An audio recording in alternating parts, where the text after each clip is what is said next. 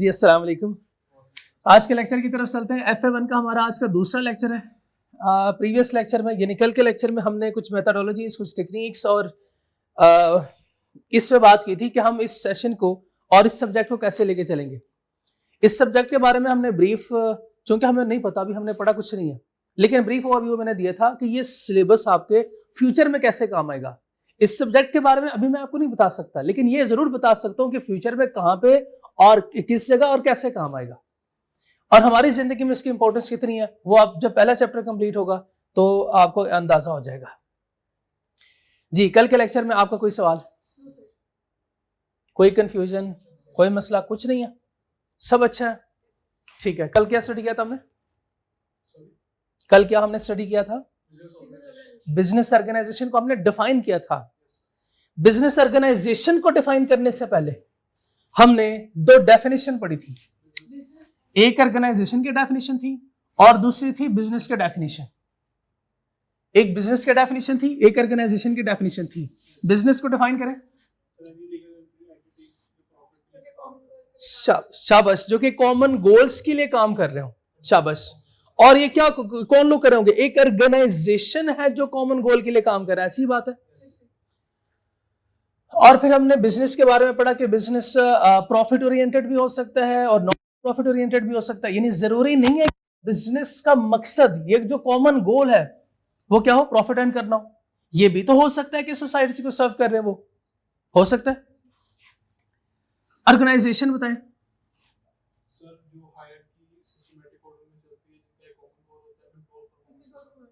शाबाश, बिल्कुल ठीक है, बिल्कुल ठीक है, बिल्कुल ठीक है। ये है ऑर्गेनाइजेशन की डेफिनेशन। दो डेफिनेशन के बाद अब बिजनेस ऑर्गेनाइजेशन को डिफाइन करें। बिजनेस और ऑर्गेनाइजेशन की डेफिनेशन इंडिविजुअल देखने के बाद अब आते हैं बिजनेस ऑर्गेनाइजेशन को डिफाइन करने के लिए। इसमें क्या होता है?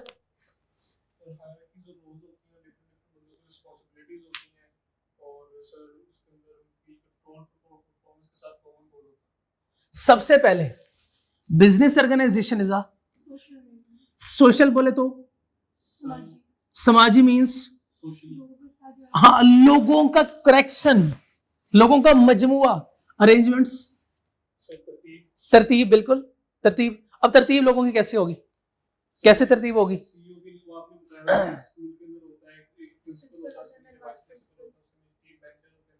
यानी हम इनको रैंक असाइन करें, लोगों को ऐसे तरतीब के साथ रखें ताकि क्या करें हम, जो कलेक्टिव गोल्स है, जो कॉमन गोल्स है, इसको अचीव करने में ये क्या करें, एक हायरार्की स्टैब्लिश हो, एक हायरार्की, और हर एक को हम क्या, उसका रोल असाइन करें कि भाई आपका ये काम है, आपने ये रिस्पॉन्सिबिलिटी, ये जिम्मेदारी आपकी है, ये काम आपने करने।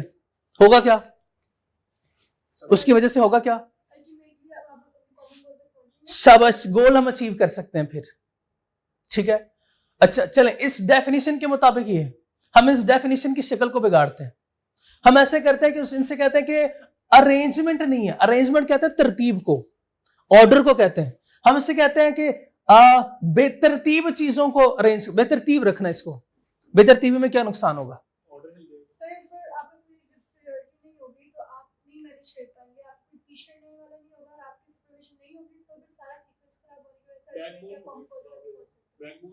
हाँ शाबाश, कोई एग्जांपल दे सकते हैं?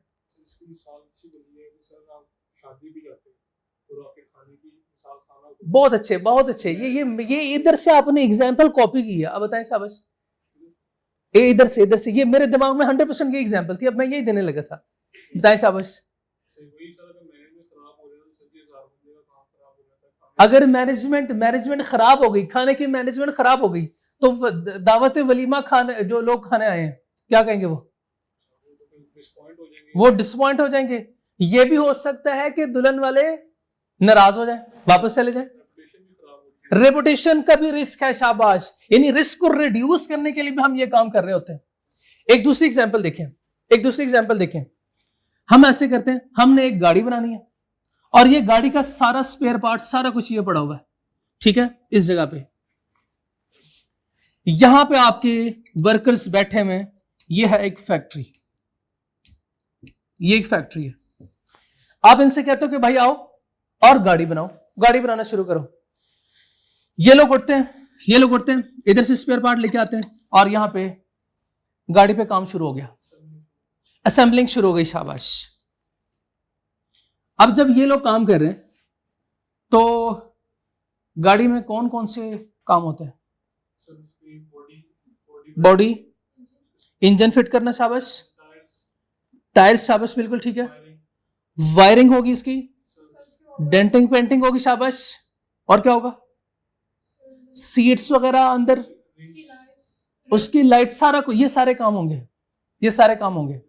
जब हमने इन लोगों से कहा कि ठीक है भाई चलो आ जाओ, आ जाओ भाई सारा, शाबाश, काम करना शुरू करो, ये लोग पता है क्या करते हैं? अब उस बंदे ने पहले बॉडी रखी, बॉडी रखने वाले बॉडी रखते हैं, जैसे उन्होंने बॉडी रखी इधर लोग आना शुरू हो गए, काम कर रहे हैं। अभी इंजन वाले चाय पी रहे थे, सॉरी, अभी टायर वाले जो है वो चाय पी रहे थे, इंजन वालों ने इंजन फिट कर दिया, इंजन वालों ने कर दिया फिट इंजन। अब जब टायर वाले हैं तो इंजन वालों से कहते हैं यार ये जरा गाड़ी उठाना, हमने टायर लगाने, टायर फिट करने। चलो भाई टायर भी लग गए। एक तो यह है कि इंजन को उठाना ये एक मुश्किल काम है, रिस्की भी है, खुदा ना खास्ता कोई हो सकता है कि मसला हो जाए, ऑर्डर भी खराब नहीं हुआ, हमें नहीं पता कि ऑर्डर भी कोई चीज है, लेकिन हमने बनानी गाड़ी है, हमने गाड़ी बनानी है। अच्छा, उसके बाद क्या कि जब वो वायरिंग वाले, यार ये क्या किया आप लोगों ने, इंजन पहले फिट नहीं करना था, पहले तो मैंने काम करना था, चलो इंजन उतारो वापस, पहले मैं तो काम करूं, उसके बाद फिर आप लोग कर लेना। फिर क्या करेंगे? इंजन उतारेंगे, पहले इंजन उतारेंगे, पहले वो काम करेगा, उसके बाद फिर हम करेंगे। चलो ठीक है, उसको भी हमने मौका दे दिया, उसने भी कर लिया। अभी इंजन वाले चूंकि थक गए, पेंटिंग वाले आ गए, पेंट करना शुरू कर रहे हैं। अब पेंट कर रहे हैं, वो पूरा दिन लग गया, वो पेंट कर रहे हैं।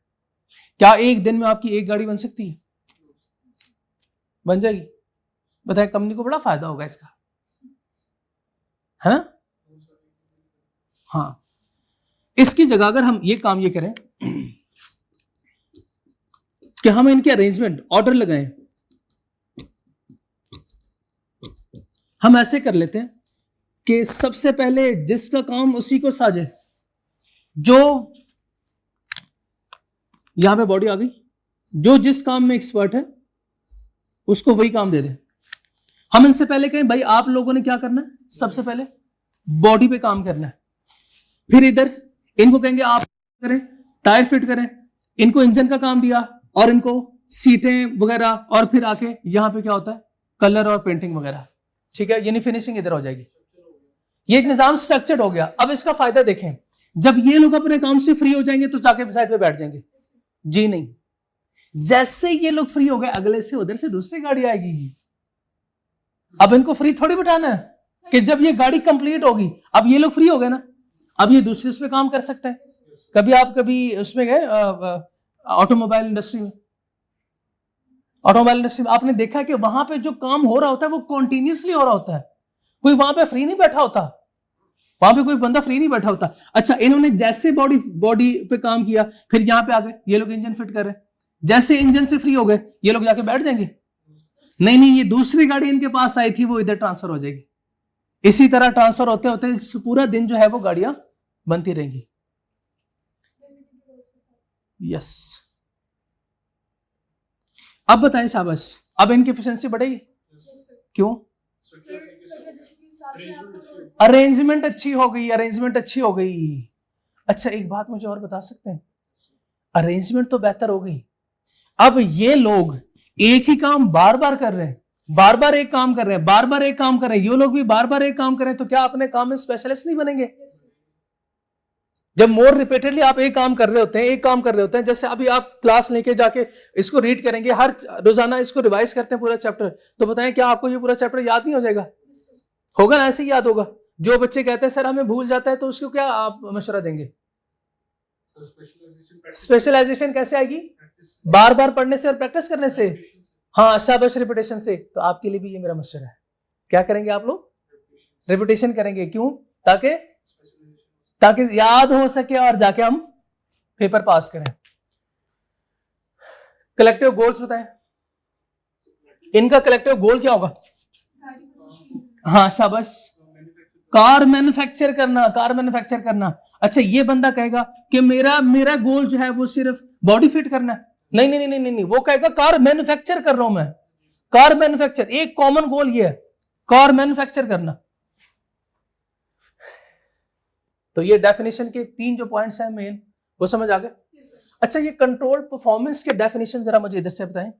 कंट्रोल्ड परफॉर्मेंस,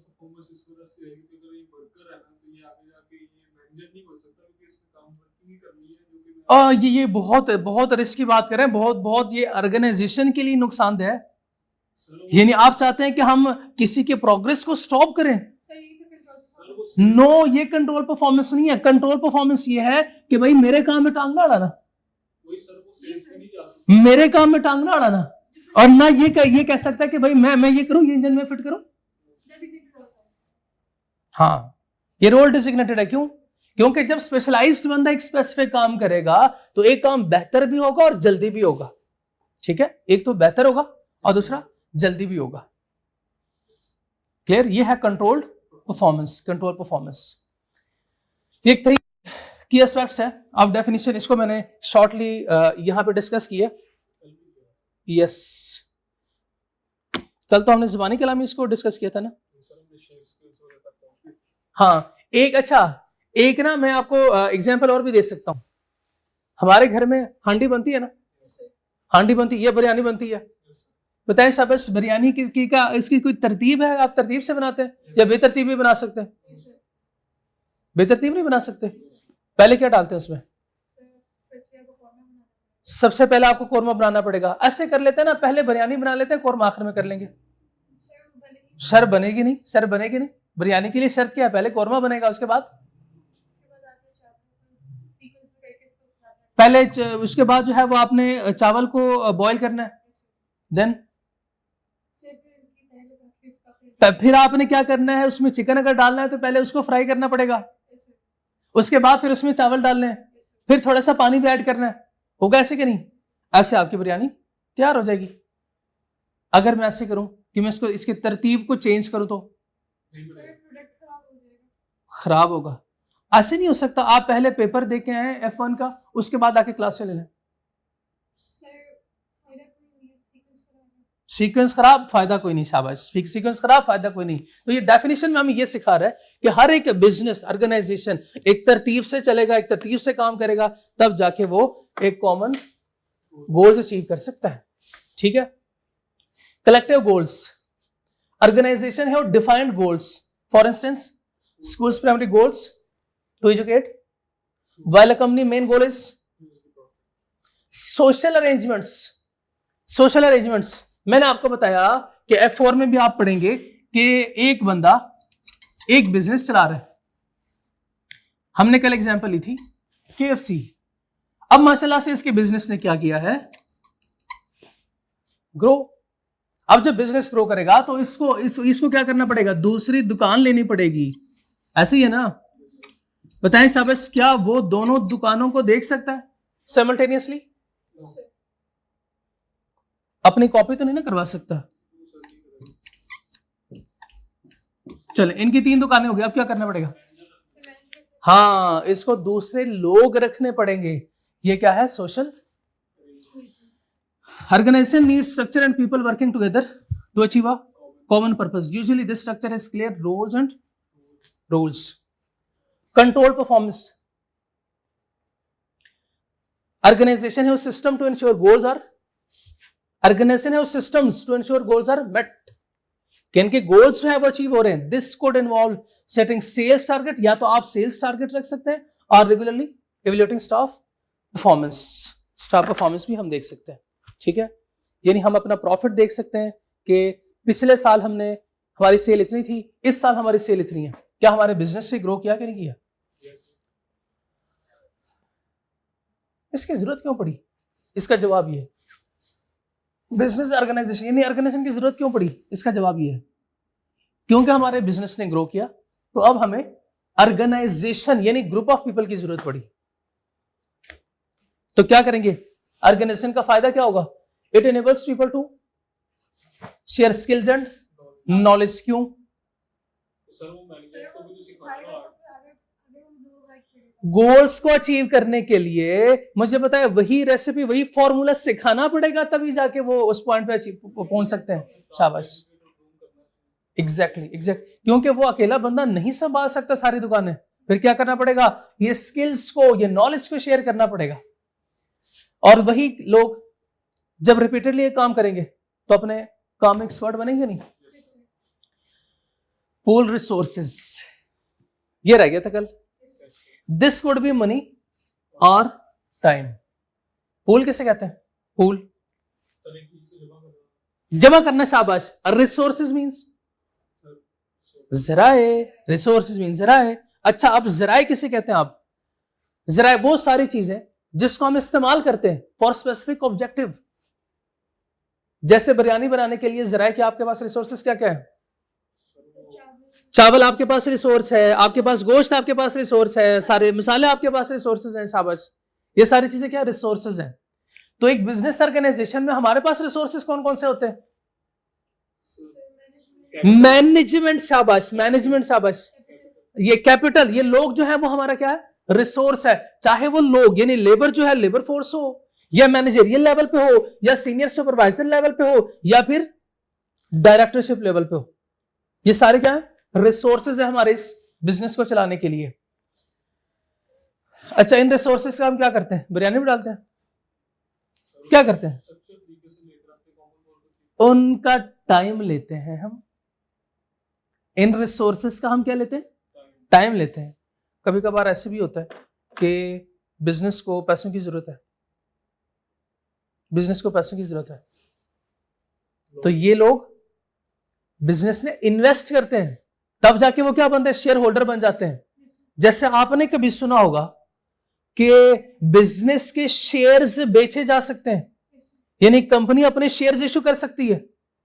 हो सकता है ऐसे। शेयर इशू करना मतलब क्या है? शेयर इशू करने का मतलब यह कि शेयर होल्डर बनाना, हिस्सादार बनाना। हिस्सादार कैसे होता है? आपने क्या स्कूल में पार्टी की है जिसमें आप क्या करते हो? आप अपने घर से जो है वो बिरयानी ले आते हो, दूसरा पिज्जा ले आता है, कोई फ्राइज बनवा के लेके आता है। ऐसे ऐसे किया आप लोगों ने? पार्टी होती है, अब पार्टी में कहते हैं सारे अपना अपना हिस्सा डालो। ये होता है शेयर होल्डर। वो होल्डर जो क्या होल्ड कर रहा होता है? वो बंदा जो शेयर्स होल्ड कर रहा होता है, यानी वो हिस्सादार होता है कंपनी में। अच्छा, उसको हिस्सादारी कैसे मिलेगी? वो इन्वेस्ट करेगा, इन्वेस्टर बनेगा, वो शेयर होल्डर बनेगा। तो यानी यही रिसोर्सेस को इस्तेमाल करते हुए हमें अगर पैसों की जरूरत है तो इन्हीं लोगों से पैसे भी ले सकते हैं, और टाइम तो वैसे भी हम इनका ले रहे हैं। ठीक है, तो ये है होल रिसोर्सेस। कुछ बात समझ आई? ये है why do we need organisation. फिर हमने एक कॉन्सेप्ट पढ़ा जो कि बहुत इंपॉर्टेंट है। All of the about results in synergy where an organization can achieve more than an individual could on their own। यानी एक बंदा जो काम कर सकता था, अब as organisation, as group of people हम उससे ज्यादा अचीव कर सकते हैं। इस कॉन्सेप्ट को क्या कहा जाता है? Synergy concept. सिनर्जी कॉन्सेप्ट का मैंने आपको फॉर्मूला बताया था, 2 + 2 = 2। हाँ, एक और एक, सॉरी 2 + 2 > 5, या हम इसको आसान अल्फाज में कहेंगे 1 और 1 11। 1 और 1 11। ठीक है, एग्जैक्टली। ऑर्गेनाइजेशन को हमने जब कल डिफाइन किया तो हमने पढ़ा ऑर्गेनाइजेशन सर्विसेज ऑर्गेनाइजेशन भी हो सकती है, लेकिन इनका मेन काम क्या होता है कि इनपुट को आउटपुट में कन्वर्ट करना। 2 एग्जांपल मैं दूंगा, उसके बाद फिर मैं आपको एक हिंट दूंगा, आपने मुझे बताना कैसी इस ऑर्गेनाइजेशन ये एक्टिविटीज कर रहा है, ये बिजनेस। ठीक है, organisation commonly turns input into output. For example, manufacturing company है, क्या करती है? क्या करती है? शाबाश, मैन्युफैक्चर करती है। शाबाश, रॉ मटेरियल को फिनिश गुड में कन्वर्ट करती है। ठीक है, accountancy institution, accounting school turn student into qualified accountants. अब अगला सवाल आपसे, एक अच्छा बताएं, शेल का पेट्रोल पंप क्या ऑर्गेनाइजेशन है? कैसे? तीन चीजें हमने देखनी है। तीन चीजें कौन सी है? हमने तीन चीजें देखनी है। कौन कौन सी? क्या सोशल अरेंजमेंट है? यस और नो? बताएं साहब। कंट्रोल्ड परफॉर्मेंस है? कलेक्टिव गोल्स है? क्या है गोल? और यानी अपने मालिक को फायदा पहुंचाना, ऐसे ही है ना? और वो कैसे? In terms of wealth, in terms of money. Football team organisation कैसे है? फुटबॉल टीम कैसे ऑर्गेनाइजेशन है? सोशल अरेंजमेंट है। 11 लोग है क्या नहीं? 11 लोग होते हैं कि नहीं होते? और सिर्फ 11 लोग नहीं, कंट्रोल परफॉर्मेंस भी है। कौन कंट्रोल कर रहा होता है? कोच होता है, शाबाश। हेड कोच होता है, फिर कोच है, फिर उसके बाद क्या है? कैप्टन है एक प्रॉपर ऑर्डर है। बिल्कुल ठीक, शाबाश, बिल्कुल ठीक। अच्छा, ना सिर्फ इधर प्रॉपर ऑर्डर है, बल्कि जब वो ग्राउंड में जाते हैं उधर भी ऑर्डरिंग हुई हुई है। वो कैसे? हाँ, एक्सप्लेन करें इसको।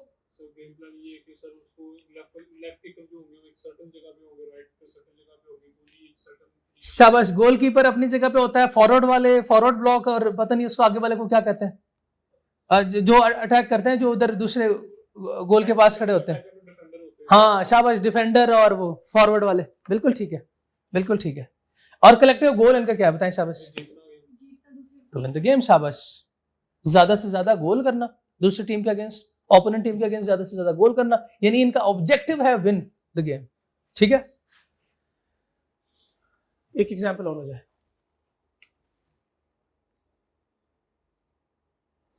Hospitals, hospital, hospital is organisation. कैसे? सोशल अरेंजमेंट इंक्लूड्स डॉक्टर्स, शाबाश, और स्टाफ, शाबाश, अटेंडेंट और सब। बिल्कुल ठीक। कंट्रोल परफॉर्मेंस,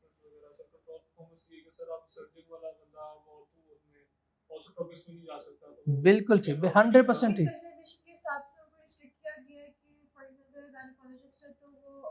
आइस का नहीं चेक कर सकता, आइस का है तो वो हार्ट नहीं चेक कर सकता, सर्जन है तो वो किसी और वार्ड में नहीं जा सकता, अगर स्पेशलाइजेशन इसकी आईसीयू के लिए तो सीधा नहीं दे सकता। बिल्कुल बिल्कुल बिल्कुल बिल्कुल ठीक है। इसका मतलब यह है कि आपको बिजनेस ऑर्गेनाइजेशन समझ आ गया। ठीक है, अच्छा मुझे गोल बताएं इनका। बिल्कुल ठीक है, बिल्कुल ठीक। ये भी बात आपको समझ आ गई। इसका मतलब यह है कि हमारा ये एरिया हो गया कंप्लीट। नेक्स्ट क्या करना है? Types of business organisation. Organisation के टाइप्स देखें। ऑर्गेनाइजेशन के टाइप्स, ऑर्गेनाइजेशन की टाइप्स के बारे में वो हमें बताता है कि ऑर्गेनाइजेशन की ये टाइप्स है। Commercial versus not for profit, public versus private sector. Commercial versus not for profit. Commercial किसे कहते हैं बच्चे? पहले नॉट फॉर प्रॉफिट बताएं। फॉर वेलफेयर ऑफ सोसाइटी, जो भी बिजनेस ऑर्गेनाइजेशन काम कर रहा है वो है नॉट फॉर प्रॉफिट, जिनका मकसद, जिनका ऑब्जेक्टिव, जिनका मोटिव क्या करना, क्या नहीं होता, प्रॉफिट अर्न करना नहीं होता। शाबाश।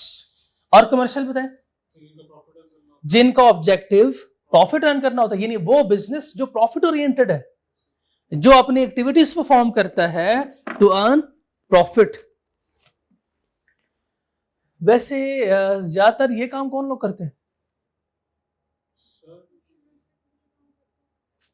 यूजुअली नहीं, उससे ऊपर वाले लेवल पे भी जा सकते हैं आप।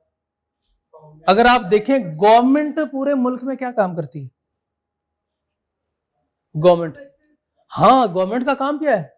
सोसाइटी को सर्व करना। शाबाश, भैया नॉट फॉर प्रॉफिट। जबकि अगर इंडिविजुअल कोई बिजनेस कर रहा हो, यूजुअली प्रॉफिट के लिए कर रहा होता है, क्या वो नॉट फॉर प्रॉफिट नहीं हो सकता? एग्जाम्पल, एदी फाउंडेशन, शाहिद अफरीदी का होप नॉट आउट, चीपा, बिल्कुल ठीक है। और बिल्कुल ठीक है। और शौकत खानम, शाबाश, है कि नहीं एग्जाम्पल सारी? इंडिविजुअल्स भी ये काम कर सकते हैं, यानी अच्छा गवर्नमेंट भी प्रॉफिट अर्न कर सकती है, लेकिन ज्यादातर गवर्नमेंट जो है, गवर्नमेंट के काम नॉट फॉर प्रॉफिट होते हैं। इंडिविजुअल ज्यादातर क्या करते हैं, प्रॉफिट ओरिएंटेड होते हैं, लेकिन इंडिविजुअल्स में भी नॉट फॉर प्रॉफिट हो सकते हैं। ठीक है, चले कमर्शियल को डिफाइन करें। डेफिनेशन तो आपने देख लिया, aim to maximise owners wealth. Commercial organisation include, ये कमर्शियल, अच्छा अब ये वेल्थ का मतलब यहां जहां से हम बिजनेस प्रॉफिट अर्न कर रहे होते हैं, it includes sole traders. Sole का मतलब बताएं, अकेला, शाबाश, बिल्कुल ठीक है। सोल प्रोप्राइटर हो गया, ये टर्म सोल प्रोप्राइटर आप पढ़ चुके हैं, ऐसी है ना अकाउंटिंग में भी। सोल प्रोप्राइटर बताएं, शाबाश। अच्छा अकाउंटिंग में एक कॉन्सेप्ट आपने स्टडी किया होगा, सेपरेट लीगल एंटिटी। बहुत अच्छे, शाबाश। अच्छा सोल प्रोप्राइटर बताएं। अच्छा मुझे बताएं, क्या ये सेपरेट होता है फ्रॉम इट्स बिजनेस? हाँ शाबाश, ये नहीं है, ये है, ये सेपरेट नहीं होता। यानी सोल प्रोप्राइटर का मतलब ये हरगिज नहीं है कि ये बिजनेस से सेपरेट होता है। यही बंदा बिजनेस चलाता है, इसके खत्म होने, यानी ये मर गया तो बिजनेस भी खत्म, बिजनेस भी खत्म। Sole traders owned and managed by one individual, ऐसा ही है ना, ओनर भी यही होता है और ये मैनेज भी कर रहा होता है। Owned and managed by one individual, सिर्फ एक इंडिविजुअल ये काम कर रहा होता है। इसकी एग्जांपल दें, शाबाश। करियाने की दुकान इसकी क्लासिक एग्जांपल है, क्लासिक एग्जांपल है। The individual is personally responsible for business debts. हाँ बिल्कुल ठीक है, लेकिन यहाँ पे एक लफ्ज है, एक लफ्ज है पर्सनली लिखा हुआ है।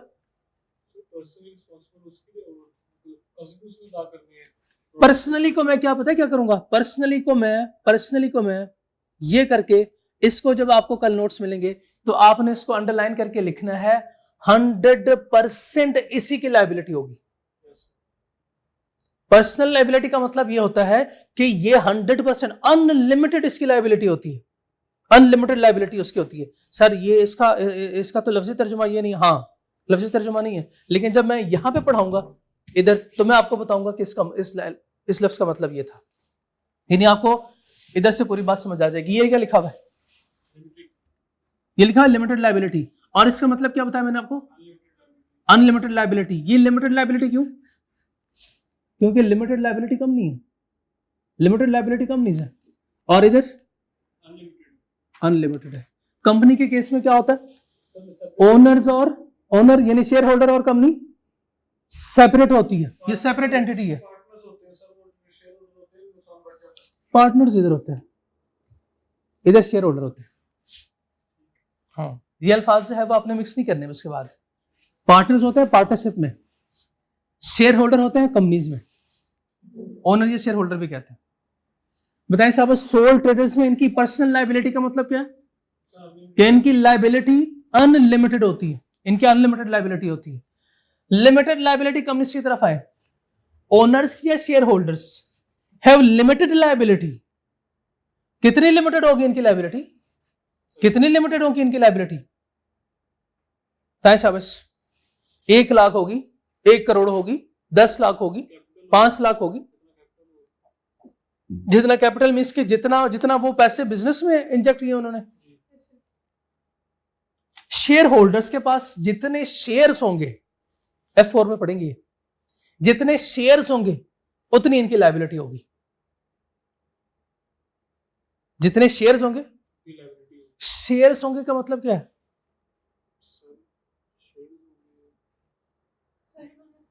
उन्होंने खरीदे होंगे, शाबाश।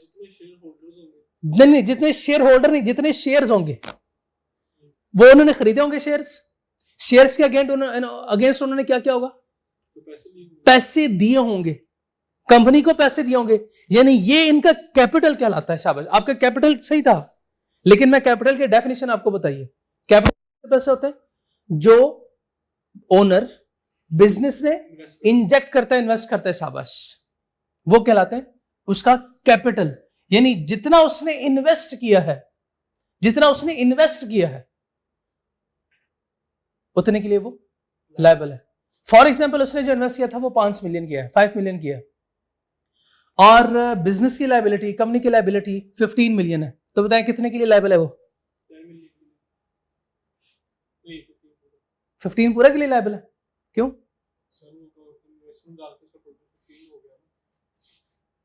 नहीं, उसकी इन्वेस्टमेंट जो है वो 5 मिलियन है, जबकि कंपनी की लायबिलिटी 15 मिलियन है। तो बताएं अब ये शेयर होल्डर कितने के लिए लायबल है? सवाल दोबारा सुने। इसका कैपिटल जो है, इन्वेस्टमेंट कैपिटल लिख के आप भी ऐसे इसको काटेंगे। इन्वेस्टमेंट 5 मिलियन है और कंपनी की लायबिलिटी ये 15 मिलियन है। तो बताएं इस शेयर होल्डर की लायबिलिटी कितनी होगी? Option one 15 million, option B 5 million, option C 10 million and delta option है 20 मिलियन। जितना उसने इन्वेस्ट किया 5 मिलियन इसकी लायबिलिटी होगी। कहां लिखा हुआ? Share holders have limited liability up to the extent of investment. ठीक है, अब बात समझ आ गई पूरी? आगे लिखा हुआ है the only risk the amount they invest, means कि अगर कोई नुकसान होगा तो कितना होगा इसका नुकसान? 5 मिलियन होगा जितना इसने इन्वेस्ट किया। चलिए पार्टनरशिप के डेफिनेशन पढ़ते हैं। Partnership owned by 2 or more people. Partners share responsibility and liability. Some structures like limited liability partnerships limits personal liability. सुन ले इसके लिए कि पार्टनरशिप में पार्टनर्स की लायबिलिटी अनलिमिटेड होती है। पार्टनरशिप में पार्टनर्स की लायबिलिटी क्या होती है?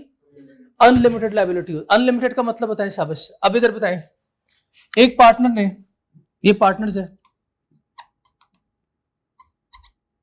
इसने बिजनेस में इतना इंजेक्ट किया, पार्टनरशिप की लायबिलिटी है 15 मिलियन।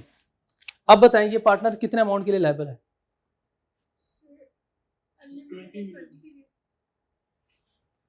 20 के लिए।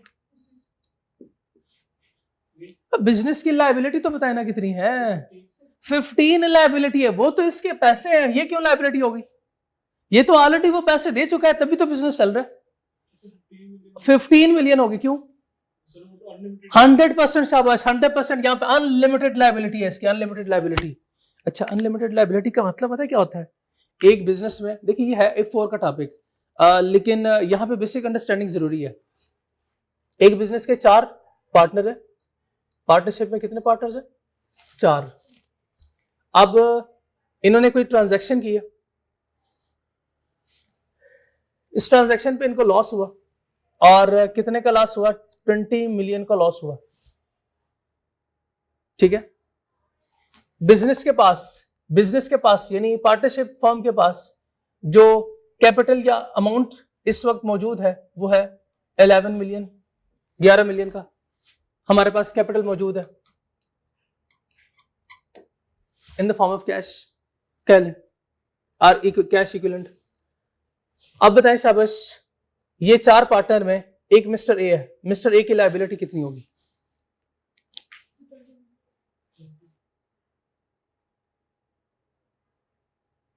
मिस्टर बी की, सी, सबके 20-20। अच्छा, अगर मैं इनको आपको बता दूं कि मिस्टर ए ने पता कितना इन्वेस्ट किया था? मिस्टर ए ने 5 मिलियन किया था, बी ने 3 मिलियन किया था, सी ने 10 मिलियन किया था, और डी ने 2 मिलियन इन्वेस्ट किया था। टोटल कितना बनता है? अच्छा, ये नहीं, इनकी अलग-अलग ये सेपरेट लायबिलिटी, ये इररिलेवेंट है, इसको नहीं देखेंगे हम पार्टनरशिप केस में। बिल्कुल ठीक है, लेकिन बताएं शाबाश, अब लायबिलिटी जब पे होगी तो कैसे पे होगी? डायरेक्टली उसे कहेंगे भाई 20 मिलियन निकालो, या पहले जो फर्म में हमारे पास बिजनेस में पैसे पड़े हुए हैं वो पैसे लोन पे रीपे करेंगे, उन पैसों से लोन रीपे करेंगे। जो डिफरेंशियल है वो किससे लेंगे? हम पार्टनर से, वो हम पार्टनर से लेंगे। बात समझ नहीं आई मुझे? 20 मिलियन का लोन था, 11 मिलियन बिजनेस में पड़े हुए, यानी फॉर एग्जांपल आपका लोन है 20 मिलियन का और आप एक पार्टनर है, आपको पता है कि मेरे बिजनेस में 11 मिलियन पैसे पड़े हुए हैं, आपने लोन रीपे करना है तो कैसे करेंगे? पहले जो शाबाश फॉर्म में पैसे पड़े हुए हैं वो पैसे देंगे, उसके बाद डिवाइड हो जाएगा उनमें सारों में। हाँ, किसी एक से भी ले सकते हैं, चारों से भी ले सकते हैं। शाबाश। पर्सनल लायबिलिटी का मतलब क्या होता है? किसी एक से भी ले सकते हैं, चारों से मिलके भी ले सकते हैं। यानी हम मिस्टर सी जा रहा था या मिस्टर डी जा रहा था, मिस्टर डी जा रहा था, हमने कहा भाई 9 मिलियन निकालो, 9 मिलियन निकालो। वो कहा भाई मैं तो 2 मिलियन का कैपिटल रखता हूं, मैं 9 मिलियन कहां से दूं? मैं कहूंगा भाई मुझे नहीं पता, बताएं शाबाश आप पार्टनरशिप फॉर्म में? वो कहेगा यस। मैं कहा लॉ में लिखा हुआ है, लॉ में लिखा हुआ है F4 मैं पढ़ चुका हूं, F4 उसमें ये लिखा हुआ है कि जो पार्टनर्स है उसकी लायबिलिटी क्या होती है? अनलिमिटेड होती है। अब मैं आपसे 9 मिलियन रिकवर करवा सकता हूं, मैं उससे 9 मिलियन रिकवर करवाऊंगा। बताएं वो तो 2 मिलियन के लिए लायबल था, तो 7 मिलियन कहां से लेगा? 7 मिलियन कहां से लेगा? अब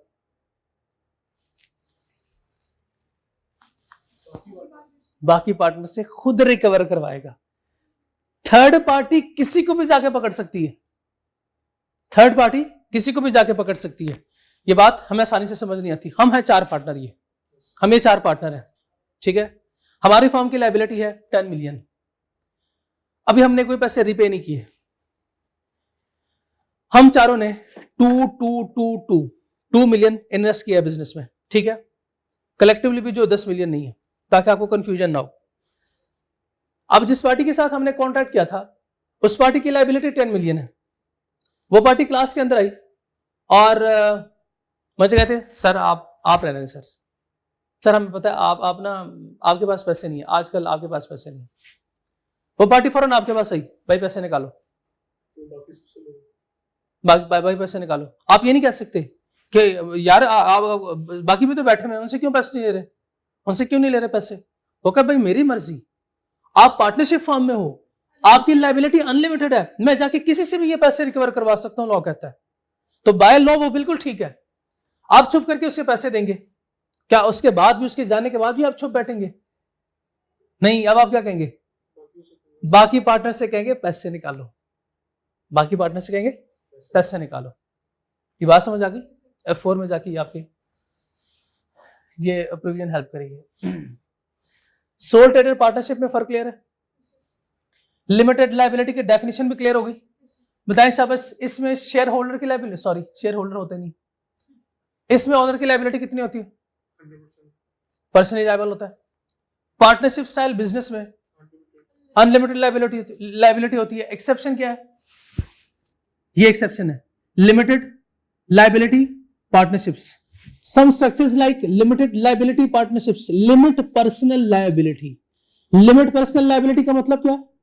कि इनकी अनलिमिटेड लायबिलिटी खत्म हो जाएगी। पहले उसने बात की है partners share responsibility and liabilities, यानी इनकी लायबिलिटीज अनलिमिटेड होती है। मैं इसको थोड़ा सा मजीद एनहांस कर लूंगा जब आपको कल नोट्स दूंगा, ताकि ये अंडरस्टैंडेबल हो जाए। जस्ट आप रीड करें तो आपको बात समझ आ जाए। Some structures like limited liability partnerships, private limited companies, और दूसरी है पब्लिक लिमिटेड कंपनीज। अकाउंटिंग में आप पढ़ चुके होंगे, बताएं साहब इस दोनों में क्या फर्क है? बिल्कुल गलत है ये। No no no no no no no, वो जिसकी आप बात करें वो पब्लिक सेक्टर कंपनी है।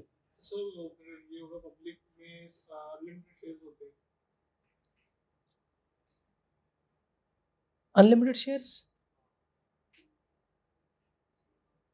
और नहीं वो पब्लिक सेक्टर कंपनी है, private sector public sector company, वो इसके बाद में पढ़ाना है जी। नहीं पता?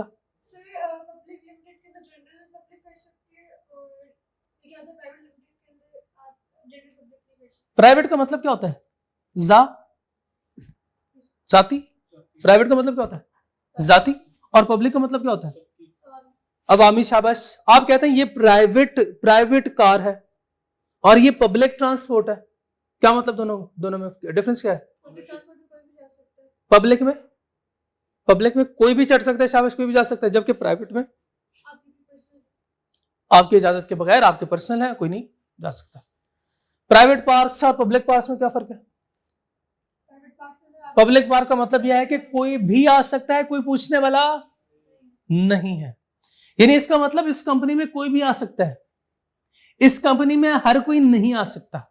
इस कंपनी में कोई भी आ सकता है मींस कोई भी इसका शेयर होल्डर बन सकता है। दोनों में डिफरेंस ये है, जब इस कंपनी को पैसों की जरूरत होती है तो ये कंपनी क्या करती है? अपने शेयर्स इशू करती है। अपने शेयर्स इशू करती है। जब ये कंपनी शेयर इशू करेगी तो जो बंदा खरीदेगा, क्या वो शेयर होल्डर नहीं बनेगा? क्या वो इस कंपनी में हिस्सादार नहीं बना? प्राइवेट में बताएं। शाबाश।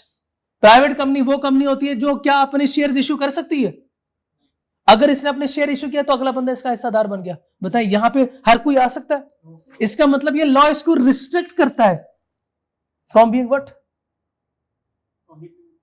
हाँ, किस चीज से इसको रिस्ट्रिक्ट करता है? कि आप जनरल पब्लिक को अपने शेयर्स ट्रांसफर नहीं कर सकते। बस यही डिफरेंस है दोनों में। Public limited companies. अच्छा, ये लफ्ज क्यों लिखा हुआ है? लायबिलिटी क्या है? इधर भी लायबिलिटी लिमिटेड। प्राइवेट लिमिटेड का मतलब क्या है? नो, प्राइवेट लिमिटेड कंपनी का मतलब क्या होता है कि ये लिमिटेड कंपनी है जो अपने शेयर्स किसी को इशू नहीं कर सकती। Shares are not publicly available. Public limited company यानी वो लिमिटेड कंपनी जो अपने शेयर्स जनरल पब्लिक को इशू कर सकती है जब भी इनको पैसों की जरूरत हो।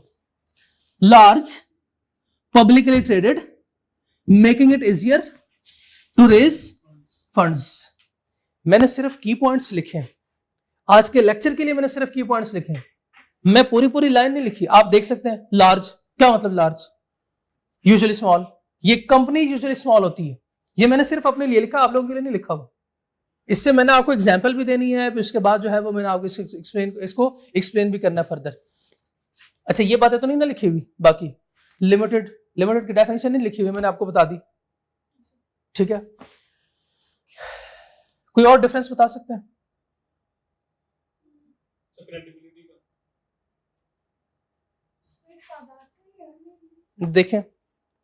देखें दोनों में क्या लिखा हुआ है।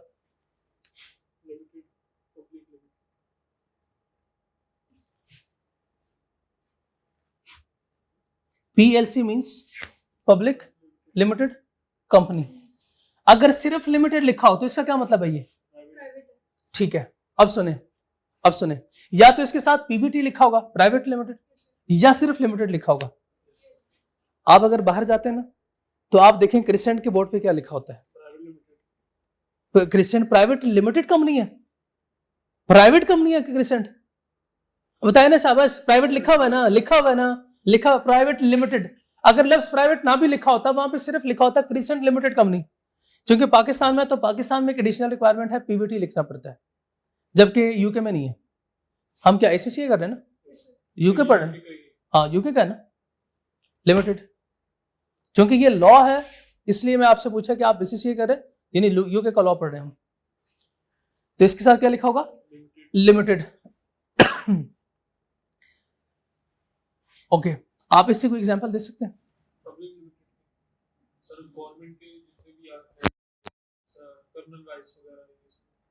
क्या गवर्नमेंट के शेयर्स अवेलेबल हैं? उसके शेयर्स अवेलेबल है? बिल्कुल ठीक है। कोई दूसरा? शाबाश। निशात के? निशात मुझे नहीं पता, आपने बताना है। क्या निशात के शेयर्स अवेलेबल है मार्केट में? क्या निशात के शेयर्स ट्रेड होते हैं? नो। ठीक है, बिल्कुल ठीक है। अच्छा, सुई गैस के शेयर्स अवेलेबल है? Sri Southern Gas, Sri Northern Gas. Yes, it is public limited company. इसके शेयर स्टॉक एक्सचेंज में लिस्टेड है, अवेलेबल है. मीजान के, यस. एमसीबी के, एप्पल के, प्राइवेट लिमिटेड है. Are you sure? गूगल करें. नहीं सर, पब्लिक लिमिटेड है, मैंने सुना है. आपने क्या करना है सर, कौन सी कंपनी प्राइवेट है, कौन सी पब्लिक कंपनी है? पाकिस्तान में अगर देखना है तो आप सीधा जाएं उसकी वेबसाइट पे, स्टॉक एक्सचेंज की वेबसाइट पे. ये लिस्टेड का मतलब क्या है? ना ना, लिस्टेड लफ्ज आपने लिस्टेड यूज किया है. मुझे लिस्टेड की डेफिनेशन बताएं. अवेलेबिलिटी ऑफ टमाटर, फिर अवेलेबिलिटी ऑफ शेयर्स किसके? फुफू के घर, फुफू के घर पे. ऑफ कंपनी किधर है? दुकान पे, रेडियो पे ये बिकते होंगे. शेयर्स कहां से मिलेंगे? कंपनी से कभी शेयर्स नहीं मिलते. कंपनी का काम क्या? शेयर्स बेचना है. स्टॉक एक्सचेंज पे, शाबाश. इसके लिए एक खास इदारा है जिसको हम नाम देते हैं स्टॉक एक्सचेंज. कभी आपने न्यूज देखते हुए आपने देखा होगा, वो इतनी स्क्रीनें लगी होती हैं, 1000 स्क्रीनें कोई लगी होती है. इसमें वो पता नहीं नंबर्स जो ऐसे शो हो रहे होते हैं. देखा कभी? नहीं. कभी आपके फोन में एड्स जो आते हैं उसमें भी आपने देखा होगा कि बहुत सारे नंबर्स कहीं पे लिखे हुए हैं और वो आपको बताता है कि अगर आप शेयर्स परचेज करते हो, सेल करते हो. एक्सचेंज का कोई ऐड नहीं आया आपके फोन में? खुद भी नहीं देखा कभी, सर्च भी नहीं किया? चले कर ले आज घर जाके. ऑनलाइन वालों को तो सब पता होता है.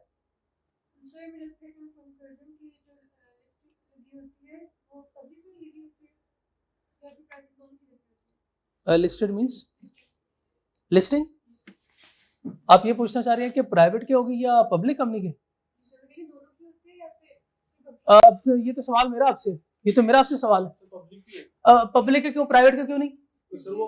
कि वो शेयर्स इशू ही नहीं कर सकते. वो शेयर्स इशू नहीं कर सकते तो लिस्ट क्यों करवाएंगे?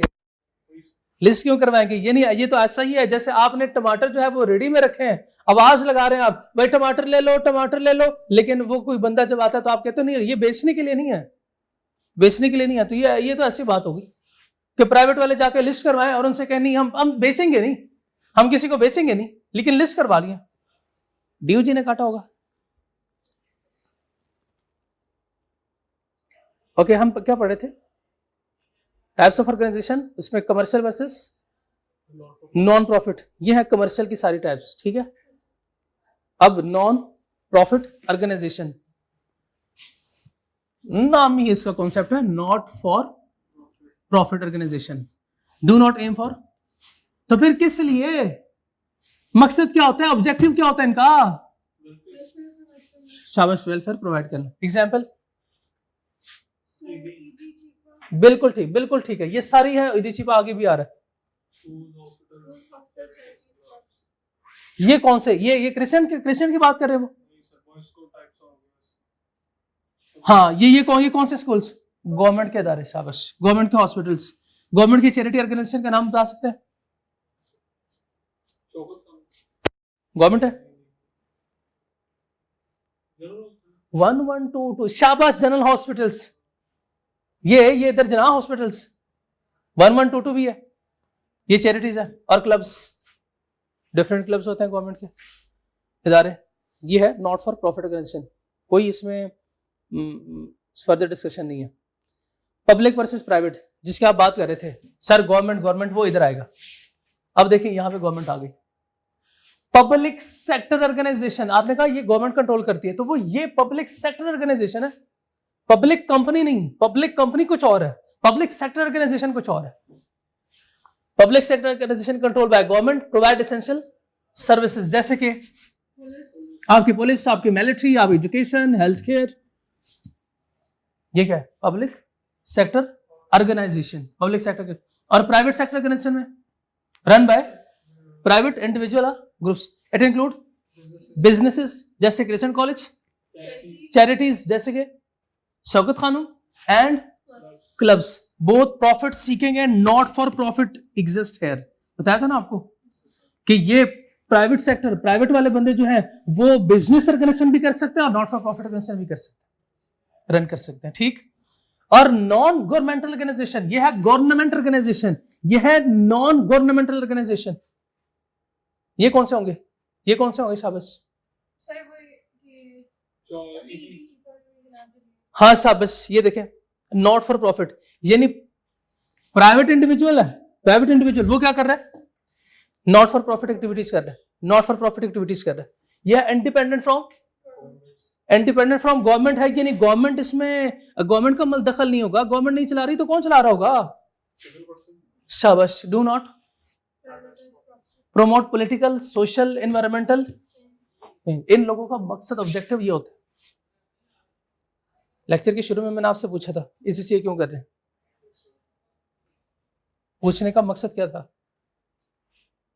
कि मैं आपको नो सर नहीं, मैंने मेरा मकसद ये था कि मैं आपसे आपके दोनों बातें निकलवाऊं। सर हम पैसे कमाएंगे, कमाना क्या गलत है, कमाना क्या गलत है?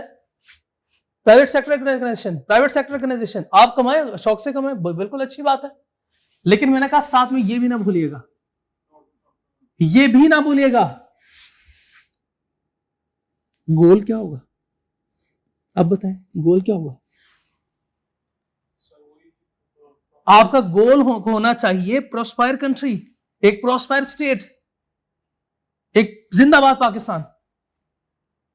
क्या आपने सिर्फ और सिर्फ ये काम नहीं करना, आपने ये भी करना है। एक एग्जांपल समझानी थी इसलिए आपसे पूछा था, आपको क्या लगा था? ओके चले आज के दिन की आखिरी डेफिनेशन पढ़ लें। कोऑपरेटिव, ये लफ्ज कोऑपरेटिव, कोऑपरेटिव मींस हाँ शाबाश, cooperative means collaboration, group of peoples owned and controlled. Democrat बताएं, डेमोक्रेटिकली इलेक्टेड होते हैं, और दूसरा इसका मतलब बताएं। अच्छा इलेक्शन जब होते हैं, जब इलेक्शन होते हैं तो इसमें होता क्या है, इलेक्शन में क्या होता है? डेमोक्रेसी होती है, democracy election, election democracy, democracy election. अच्छा मुझे बताएं इसमें होता क्या है, ऑब्जेक्टिव क्या होता है डेमोक्रेसी? इलेक्ट कैसे होता है? कैसे वोट करते हैं? पैसे लेके? फिर सबकी राय क्या आजादाना राय होगी या विदाउट फ्री विल? वोट देते हो कि नहीं? हाँ वोट मुझे देते हो कि नहीं? अब बताएं शाबाश, ये क्या फ्री राइट है? फ्री विल नहीं है। इसका मतलब यह है कि जैसे वो न्यूज चैनल में मैंने सुना है, मुश्किल सा वो उर्दू बोलते हैं, हक आजाद राय दही, इस तरह कोई अल्फाज यूज करते हैं वो।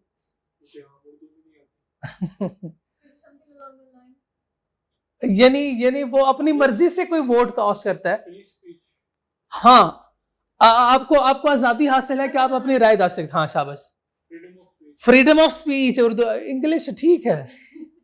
हाँ जी, डेमोक्रेटिकली बाय मेंबर्स का मतलब यह है कि इसके जो मेंबर्स होंगे इनके पास राइट्स है कि वो अपनी राय दे सकते हैं, अपनी राय दे सकते हैं विदाउट एनी अनड्यू इन्फ्लुएंस, बिल्कुल फ्री कॉन्सेंट है, कोई आपका प्रेशर, कोई कोर्जन नहीं है, आप बिल्कुल जो है वो बोल सकते हैं।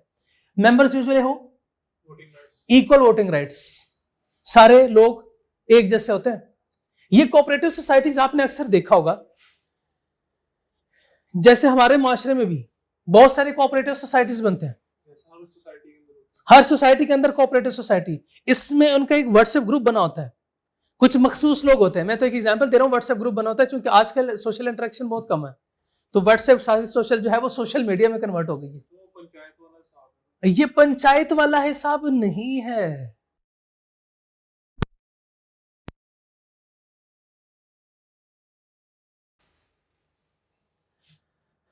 बताएं क्या होता है इसमें? इक्वल राइट्स होते हैं, वोटिंग राइट्स इक्वल होते हैं, वो अपनी मर्जी से कोई भी राय अगर उन्होंने देनी हो तो वो दे सकते हैं, ये नहीं उनकी राय को सेट असाइड नहीं किया जाता। Aim to serve members need rather than maximise profit.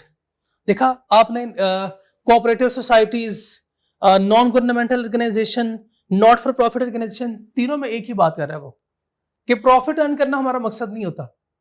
सिर्फ और सिर्फ कमर्शियल में वो कह रहा था कि हमारा मकसद क्या होता है, प्रॉफिट अर्न करना, ठीक है। बाकियों के सारे बता दिए उसने, कमर्शियल का एक ही सिर्फ। इनका फिर मकसद क्या होता है, ऑब्जेक्टिव? एग्जाम्पल पढ़े, एग्जाम्पल पढ़े।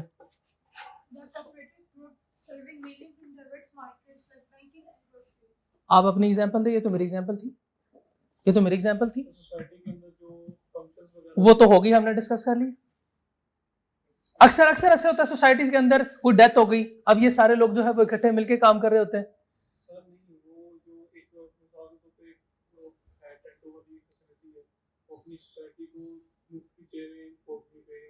हाँ, उस तरह जो भी इनके जो है मामलात होते हैं वो फिर ये लोग देख रहे होते हैं। अब कोई और एग्जाम्पल देना, कोई डिफरेंट एग्जाम्पल मैं चाहता हूँ, मैं कोई डिफरेंट एग्जाम्पल चाहता हूँ कि कुछ बड़े हों और वो इसको कंट्रोल कर रहे हो। तो स्पोर्ट्स के अंदर होता है सर, काफी एचपी वगैरह के सारे वो करते हैं, टीम बनाते हैं, वो प्रॉफिट। उनका मकसद प्रॉफिट अर्न करना नहीं होता। बिल्कुल ठीक है, बिल्कुल ठीक है, बिल्कुल ठीक है, बिल्कुल ठीक है। और भी डिफरेंट एग्जाम्पल आप सोच सकते हैं या फिर आप सर्च भी कर सकते हैं। किसी के लिए एक्टिविटीज कराना, जैसे कोई बच्चे हो गए, अडॉप्शन सेंटर के अंदर। हाँ वो ठीक है, लेकिन मैं वो इसलिए नहीं दे रहा था कि वो उसमें गवर्नमेंट की इन्वॉल्वमेंट हो जाती है, थोड़ी बहुत ना उसमें गवर्नमेंट की इन्वॉल्वमेंट होती है। पता है ना आपको कि उसके लिए कोई सर्टिफिकेशन रिक्वायर्ड है और फिर उनकी रजिस्ट्रेशन भी रिक्वायर्ड है, हर एक बच्चे को रजिस्टर किया जाता है। सर आप ये कैसे, जैसे यतीम खाना जो होता है, उसमें फिर गवर्नमेंट की इन्वॉल्वमेंट आ जाती है। डॉक्टर्स होते हैं वो शाम के टाइम उसका इलाज करते हैं, कम फीस होता है, ऑपरेट करते आप ये फ्री मेडिकल कैंप की बात कर रहे हैं, बिल्कुल ठीक, बिल्कुल ठीक है, बिल्कुल ठीक है, बिल्कुल ठीक है, बहुत अच्छी एग्जांपल आ गई, बिल्कुल ठीक, ये मैं भी नोट करता हूँ अपने पास। सेक्टर्स वेयर ऑर्गेनाइजेशन ऑपरेट, ये सारी एग्जांपल मैं आपको दिखा दी, मैंने पहले आपसे ले लिया, अब मैं वो आपको सारी दिखाने लगा जो आप सोच सकते थे। वो ये सेक्टर्स वेयर ऑर्गेनाइजेशन ऑपरेट, अभी हमने पढ़ा ना कहां पे ये ऑपरेशंस होते हैं, तो ये वो सारे हैं जहां पे ये सारे ऑपरेशंस होते हैं। कहां पे हो सकते हैं? Organisation also differ by market sector. Agriculture में क्या होगा, क्या होता है एग्रीकल्चर में? नो हकूक की बात नहीं करते। अब एग्रीकल्चर में होता क्या है? बिल्कुल ठीक है, यानी प्रोडक्शन होती है, किस चीज की? फूड की प्रोडक्शन होती है, ठीक है। ये बिजनेस ऑर्गेनाइजेशन है, बिल्कुल है, बिल्कुल है। यानी एक बंदा अगर अकेला अपने घर में अपने लिए कोई चीज बनाएगा तो पहली बात तो ये है कि वो पूरी सोसाइटी के लिए नहीं बना रहा, ऐसे ही है ना, वो सिर्फ अपने लिए बना रहा है। अगर उसने इसको ग्रो करना हो तो बंदों को रखना पड़ेगा, यानी कन्वर्ट ऑटोमेटिकली इसका क्या हो जाएगा, ऑर्गेनाइजेशन में कन्वर्ट हो जाएगा। और माइनिंग किसे कहते हैं? नो वो उसको तो डिगिंग, हाँ, साल्ट के लिए, कोयला निकालने के लिए, गोल्ड निकालने के लिए और प्रीशियस मेटल्स और मिनरल्स निकालने के लिए माइनिंग होती है, बिल्कुल ठीक।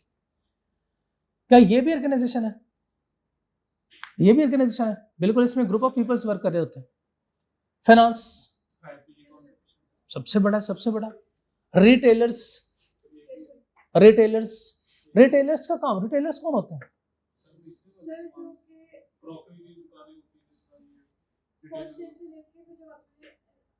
यानी बनी बनाई चीजें खरीद के बेचना, ये कौन लोग होता है? रिटेलर शाबाश। Selling goods to consumers. और सर्विस ऑर्गेनाइजेशन बताएं शाबाश।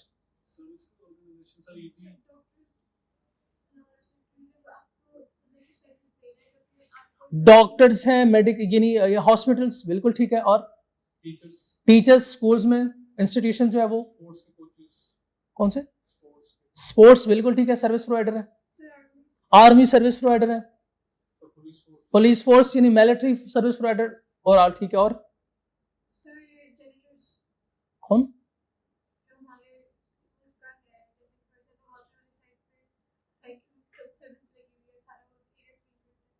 अच्छा, ठीक है, बिल्कुल ठीक है, बिल्कुल वो है, वो सर्विसेज है, ओके। और LW ये वाले LWMC,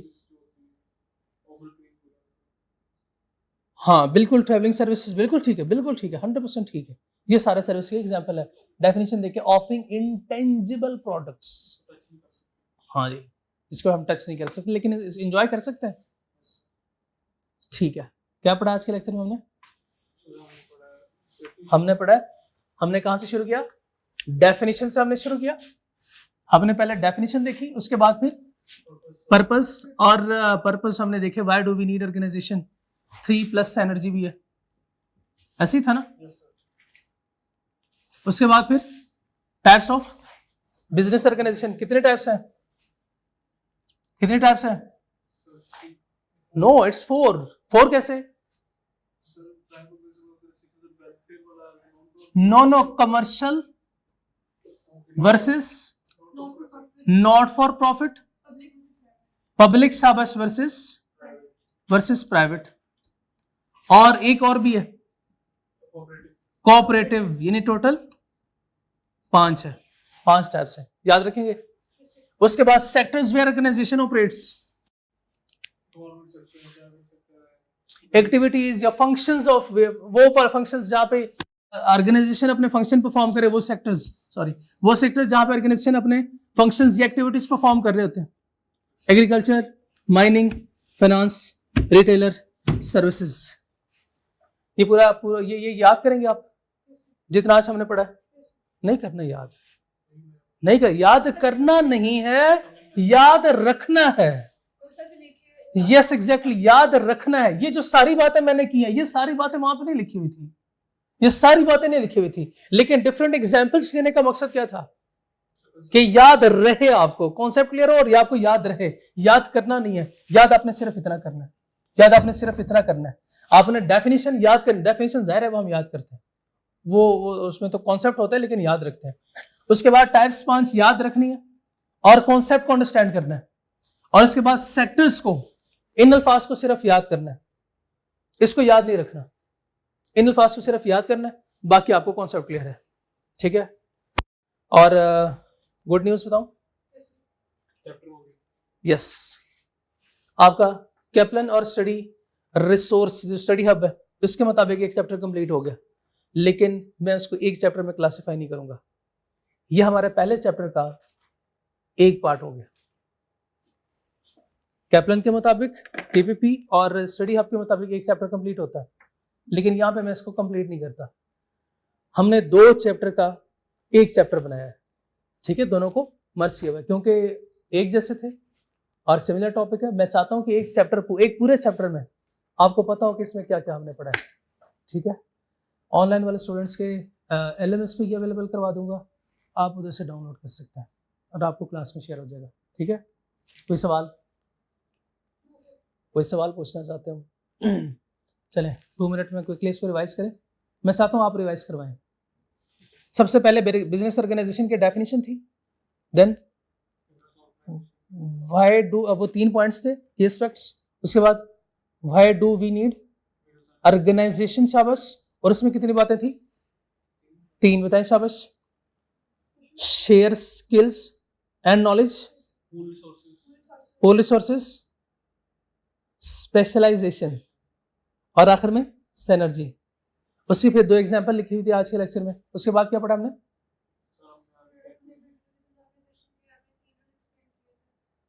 हाँ, वो तो उससे पहले थे ना, वो तो उससे पहले थे।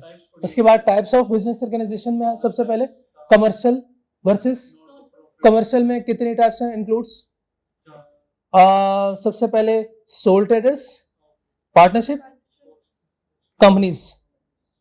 कंपनीज में आपको पता है कंपनी की लायबिलिटी वैसे तो अनलिमिटेड होती है, लेकिन उसकी एक्सेप्शन है लिमिटेड लायबिलिटी कंपनी, और उसमें फर्दर फिर हमने 2 पढ़े, 2 टाइप्स ऑफ कंपनीज पढ़ी है, private company, private limited, public limited. दोनों में डिफरेंस भी मैंने बता दिया आपको,